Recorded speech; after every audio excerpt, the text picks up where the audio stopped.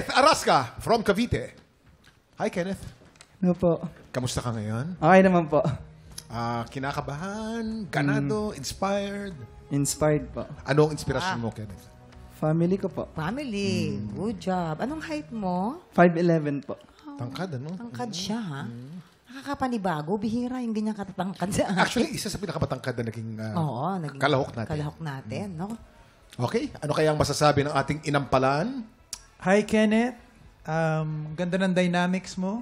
Yung emosyon nandun, simple lang. Pero again, naitatawid yung emosyon na hinihingi nung kanta. Ramdam kong, kahit sinabi mong inspired ka, pero nung kinakanta mo tong kanta na to, naramdaman ko yung lungkot. So, ano yun eh, minsan skill din yun eh. Na kahit hindi ka naman actually malungkot, pero pag kinakanta mo yung kantang malungkot, kailangan maitawid mo pa rin yung pakiramdam na yun. So for me, akala ko malungkot ka talaga habang kumakanta ka. Kung meron akong napansin, yung diction lang, medyo may konting katigasan lang. Naipapractice naman yan. Kinig lang tayo ng kinig ng mga English songs. Makukuha natin yung tamang enunciation and pronunciation ng mga salita.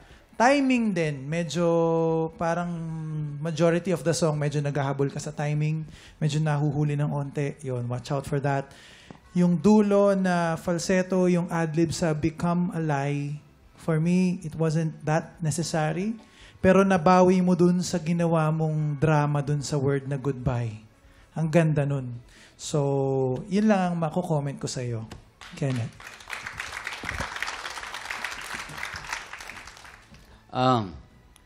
Kenneth, although itong kantang na to, kailangan ang iyong falsetto ay medyo buo.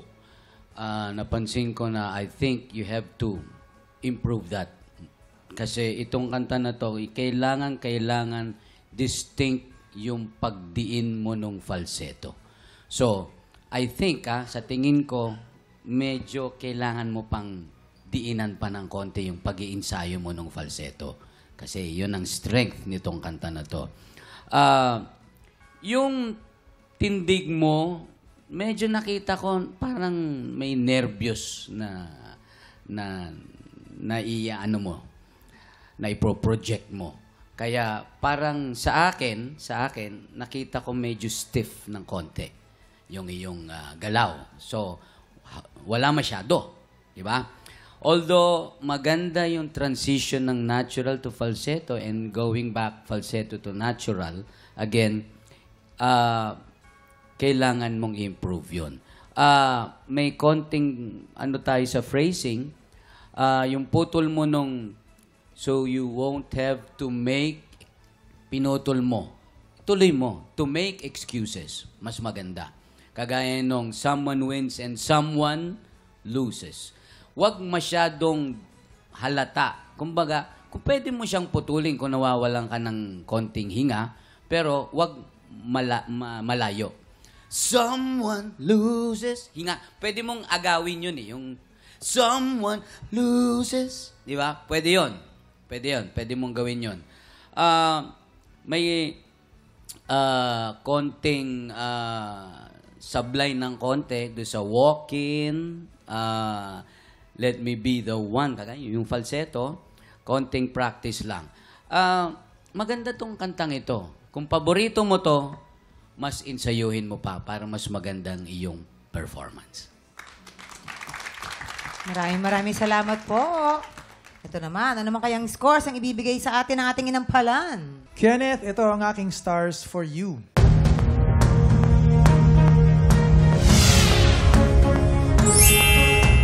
Stars.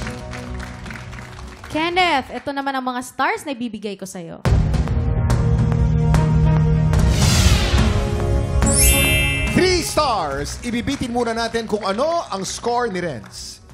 Ito na po ang susunod nating kalahok, Roma Rose Haber. Ay, ang kasama natin si Roma Rose. Nako, maganda kwento nito. Kwento mo naman kami. Ayun na po. Nag-audition po kami dalawa dito ng brother ko. Nag-audition po kami, then, so, yun na nga, ako nga po yung napili na pinalad po. Pero lahi nyo talaga? Opo, namana po namin yung talent na ito sa papa po namin. O, shoutout mo naman ang asawa at ang dalawang inspirasyon mo. Salamat sa lahat ng suporta.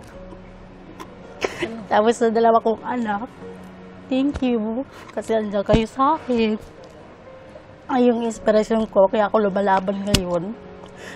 Mahal na mahal kayo ni Mama, at saka ikaw rin pa.